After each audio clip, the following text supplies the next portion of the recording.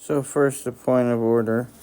I mean, it's ridiculous, but look what happened. So first, I typed this in, and this is how ridiculous they are. This is why all these politicians write things in all caps and whatever. They really think they're gods. It's the stupidest. Anyways, read Psalm 82.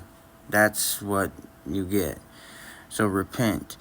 But we type this in, and this is the fallen angel. Remember, the fallen angels really mix Kabbalah and Feng Shui with a Christian mysticism as kind of like an over-the-top, like basically kind of like you're putting frosting to hide that you just frosted a pillow or something stupid, or gross, whatever. I just thought of that King of Queens where they did that. So, but then I'm thinking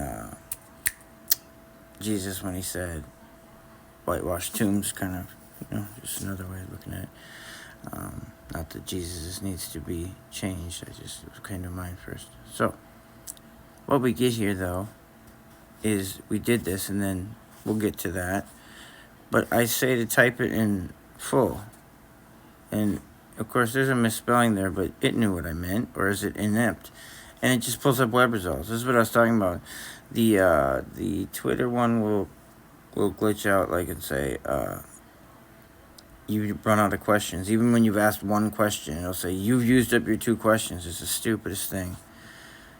Anyways, so we had to copy paste it, and then type it back in and say to make it all caps for it to do it. Anyways, I thought that should be pointed out. So, this is what they're doing over in Israel. And it gets into this letter. The only reason you really need to know about it is just as a spiritual warfare mechanism they use, and why they're so superstitious, why all these stupid words get used, and it seems like on a cycle. They think they can charge up words or something. I don't know exactly it, but it's really stupid. And, it's interesting that walls are mentioned in Ezekiel 38, and they have this big wall over there in the fallen angel occupied Jerusalem.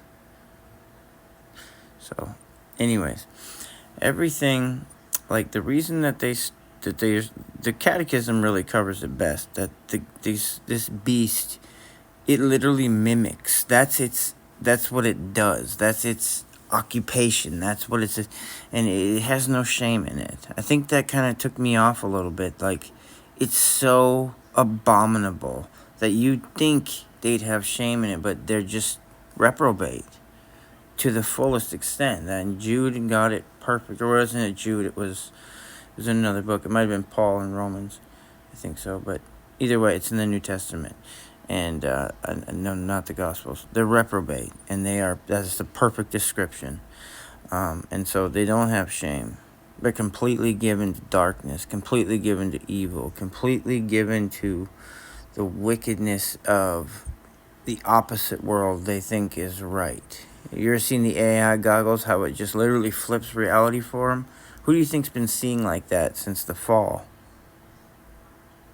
That's how they get by, in my opinion. That's why these stories of the Tuatha Dé, the fairies, and let me tell you something that comes straight out of a fallen angel mouth, or typed out.